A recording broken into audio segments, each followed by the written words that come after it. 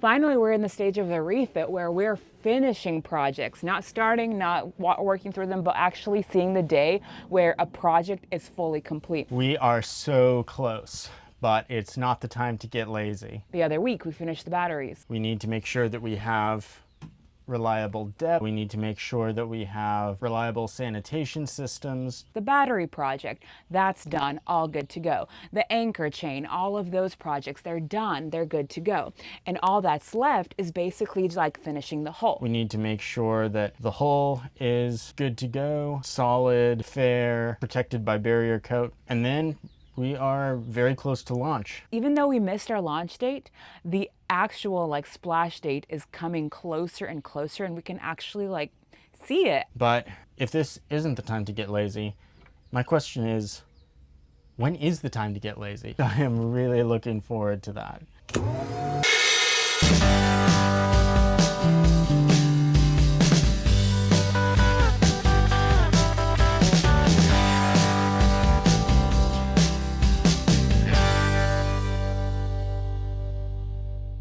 All right, so my buddy Alex is here today to help me with some sanding and other projects. The goal for today is we're going to get 4 days of work done in 1 day. So we'll see how that goes. Let's see, there's 2 of us. So 2 times 2 is 4. Yeah. So that sounds about right. Right. Math checks out. Yep. Cavalry has arrived. Let's get it done. Let's do it. Come to Virginia, he said. Work on the boat, he said. It'll be so much fun, he said. So much fun. Nothing says luxurious comfort like laying underneath a dripping keel and reclining against a wonderful chain of some size, I don't know. I'm having, you know what, of all the weekends I've had under a boat, this has been the best one.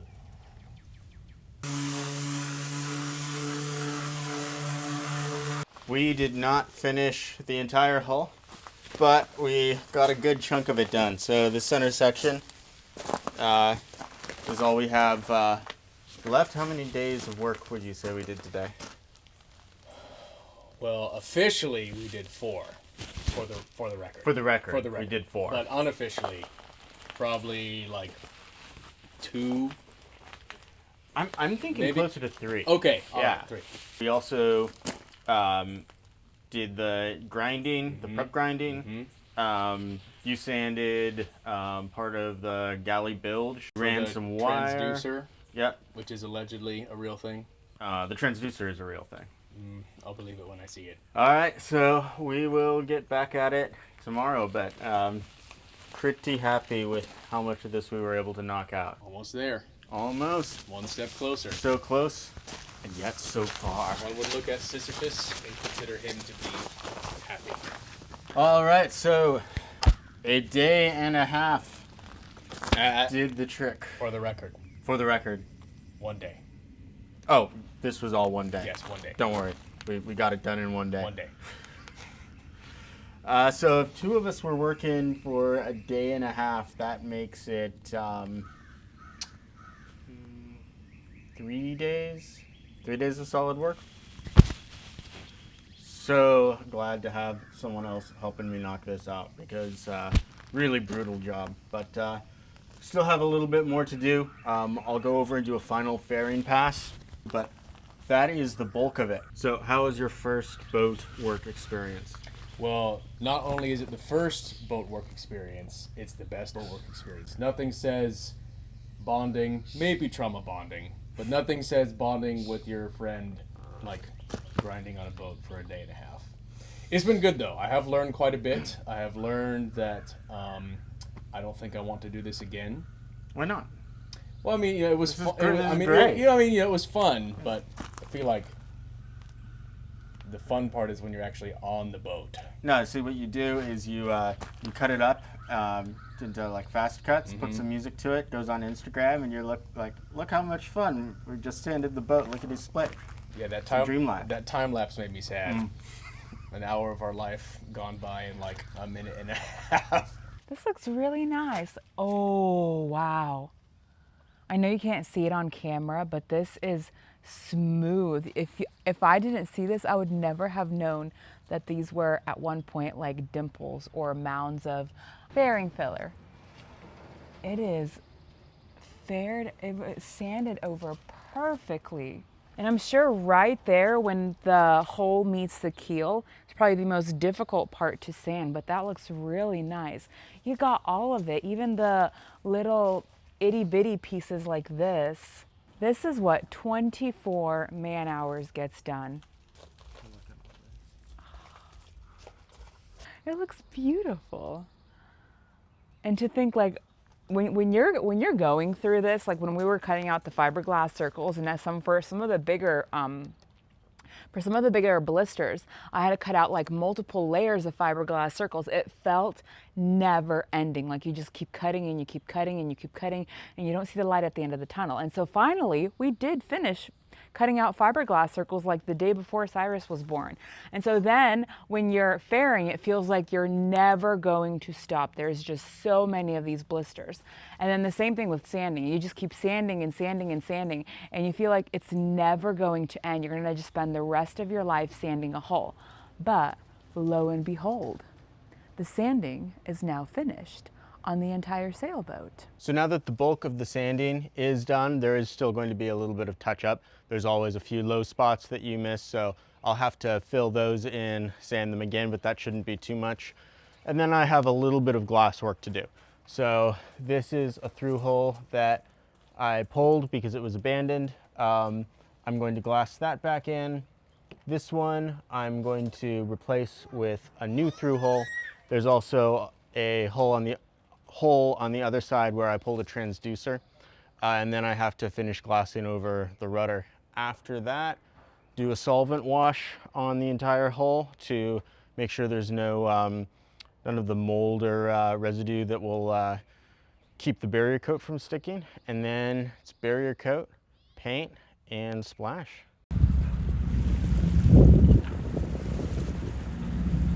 Cyrus, do you see that boat?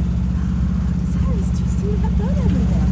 Look how pretty she is. The cool thing about owning a boat is that you meet really cool people that own a boat. And today we got taken out on Paul Murphy's sailboat for the Sail 250? Sail 250. We're out for the Sail 250, so we get to see the waterside view of the parade coming in with all the Navy vessels, as well as all the other tall ships that are still coming in from that direction there. And then we just got baby Cyrus sleeping down. Why is there smoke coming out of them? That's her engines running. That's normal. Oh yeah. Maybe you think that's Beautiful.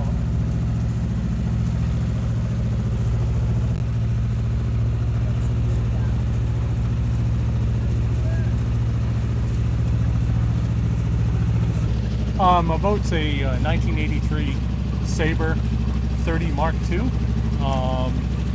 She, as you hear in the background, she's got her original engine in her.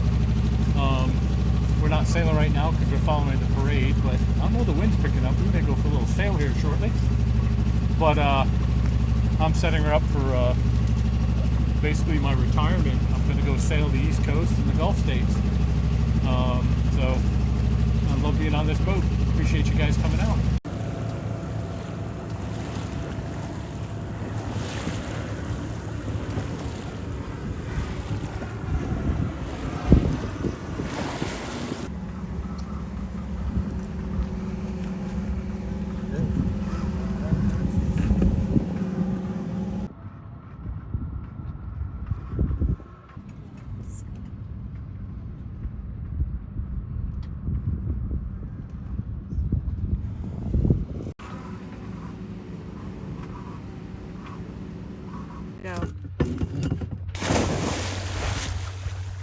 Changed your mind about wanting to live on a boat yet?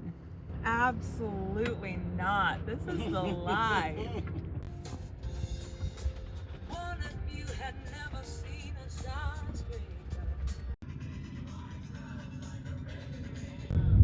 Look like the idea of like even like I want to go up to New England and anchor in like Newport.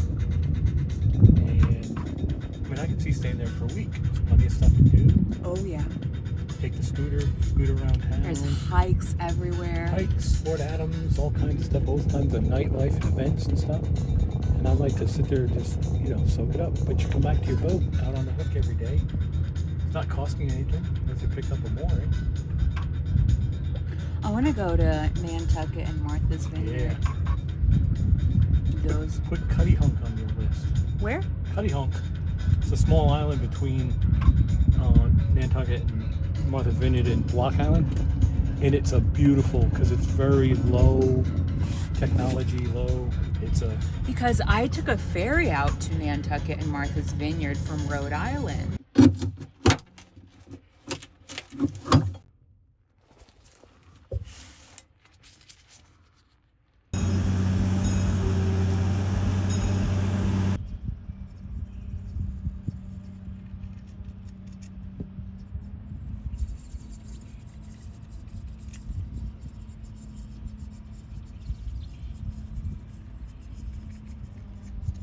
I'm doing some glass work today, so I already made a template and cut out some circles. This is for the transducer hole that I'm glassing in. So I'm doing this repair with an inside, as in proper inside-outside repair. So it should be fair on the outside, maybe slightly flush on the inside. So I'm doing it mostly with 10-ounce cloth, which is kind of my default. But then I have some West System biaxial, and I'm going to do the first 2 layers on the inside with that, which should give me a lot of strength and help to fill up that space more quickly than just the cloth on its own.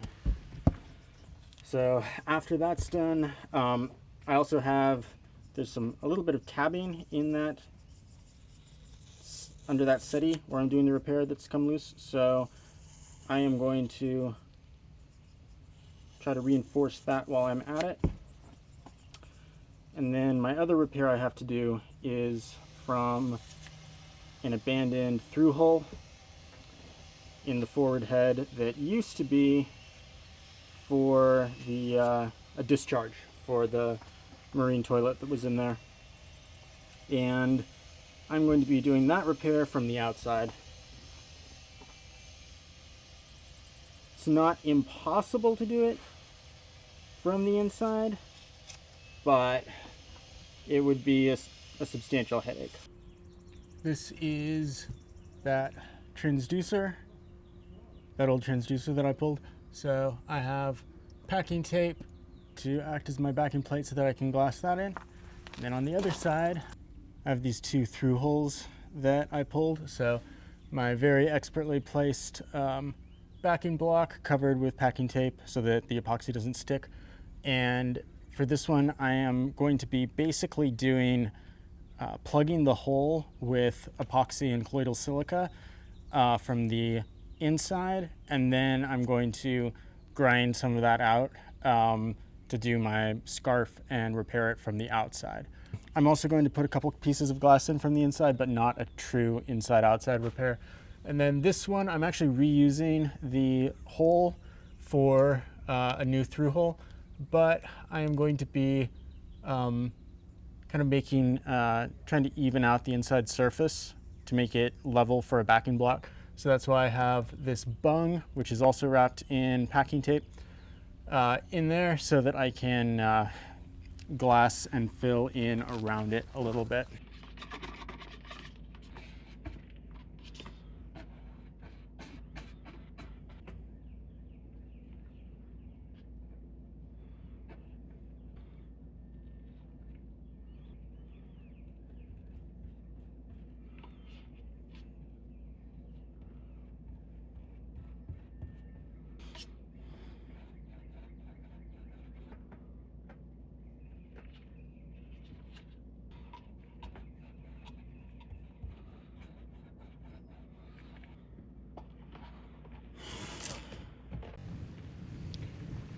Another thunderstorm, so time to pack up.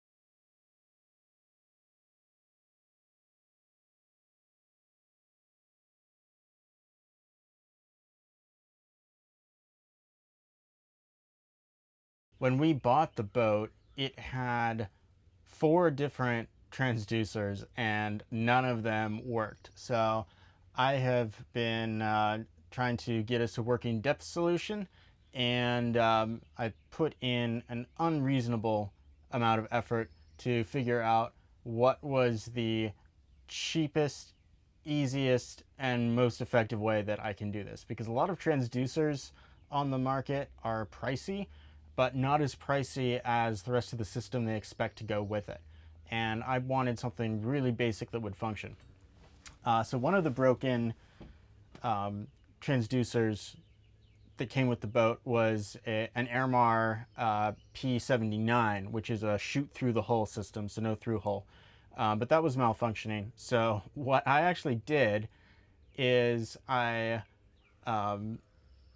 got a replacement unit, and then I've hooked that up to a Garmin Striker 4, which is basically a fish finder like you would put on the back of a bass boat.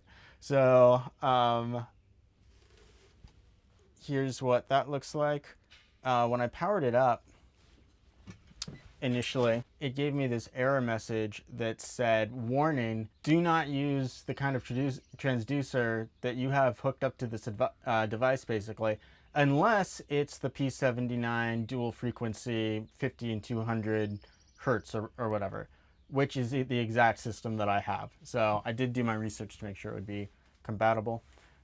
This also gives me GPS position, so but not charts. So if I were to lose Navionics, I could still get a GPS fix from this that I could then use with paper charts or downloaded charts or what have you. And hopefully this should give me depth. We'll have to get it on the water to actually check the accuracy of that. And then being a fish finder, maybe it'll help me find fish, but hopefully it will also give me a better idea of the contour of the bottom, which would help with anchoring. It's not going to be as good as a chirp for the same function, but yeah, should get the job done. For my latest wiring adventure, this kind of happened on accident, but when we first bought the boat, the survey said that the anchor light was out. So I've been aware of that, and I figured it would require a trip up the mast at some point to change a bulb or see what was going on. But I noticed that the pedestal doesn't even have an anchor light switch. So as I was running wire for my new transducer and depth depth reader, I was looking at the back of the switches, and I noticed that there were a couple spares and nothing was plugged into those. On the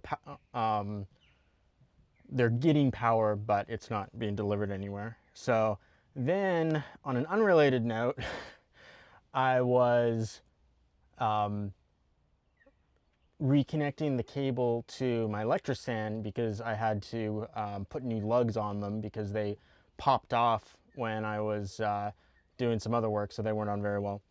And then I was trying to look something up in the Electrosan manual, and I'm flipping through the owner's manual for the boat, and I already knew that there was supposed to be a masthead light on the boat, but I got to this chart of the junction box, and it says that the masthead light is labeled M on the junction box, and it also says that the mast harness, it has all the wire colors, so masthead light is a red wire.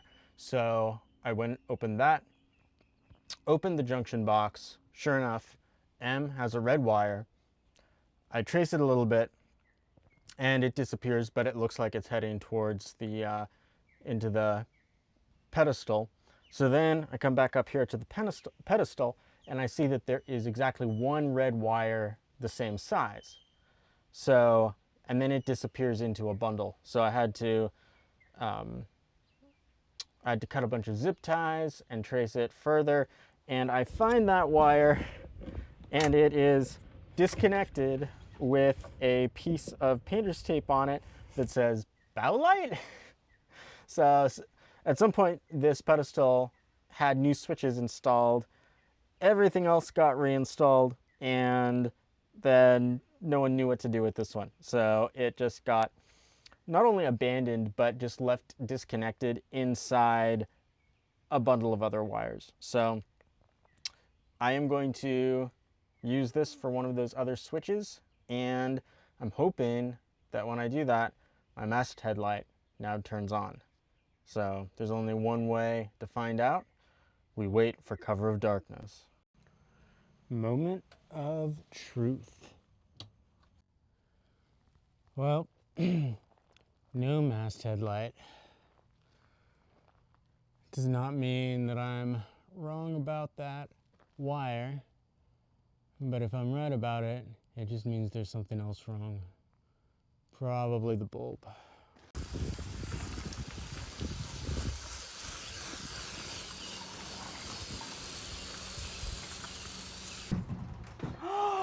You did not. You did not. You painted the whole thing? Uh-huh. It looks so much fresher. Just need to like touch up the teak, and then this is gorgeous.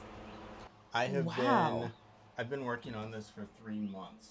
You have not. Like 10 minutes at a time, putting one piece of tape on, going back to work, doing another. Really? Mm-hmm. This is awkward. Okay.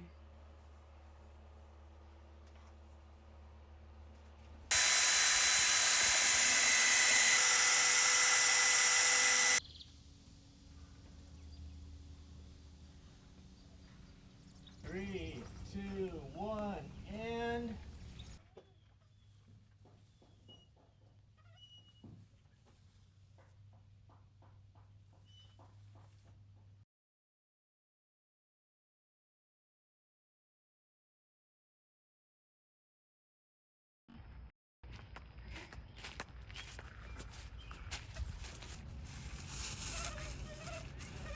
This is very satisfying.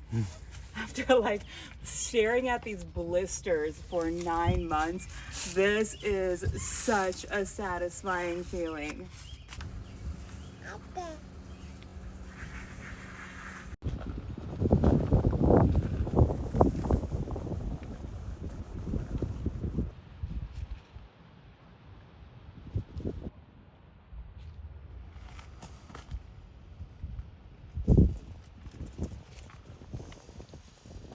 We put on about 5 layers of barrier coat, and while putting on the barrier coat, we've noticed that no matter how many layers we put on, there are still like pin-like holes all the way through.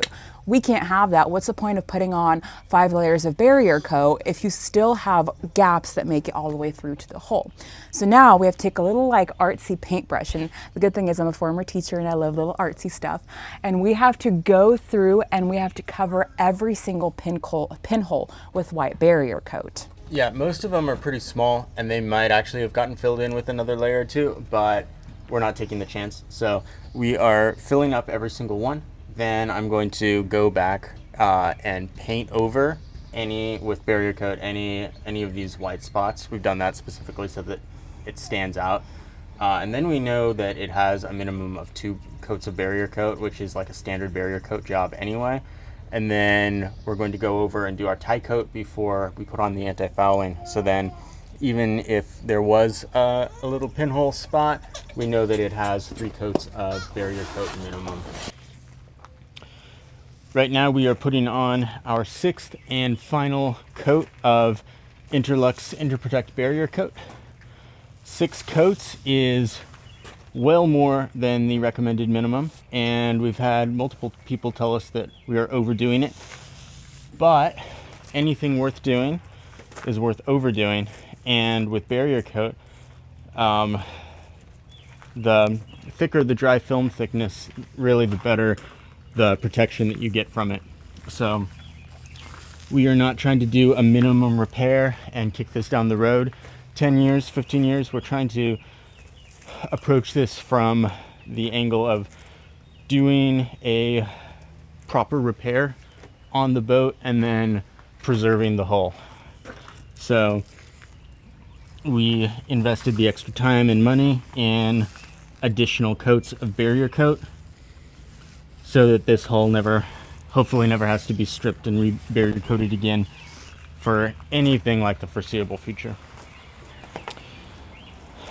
Once this coat goes on, this is our tie coat, so we'll wait a couple hours and then we finally get to put on our bottom paint.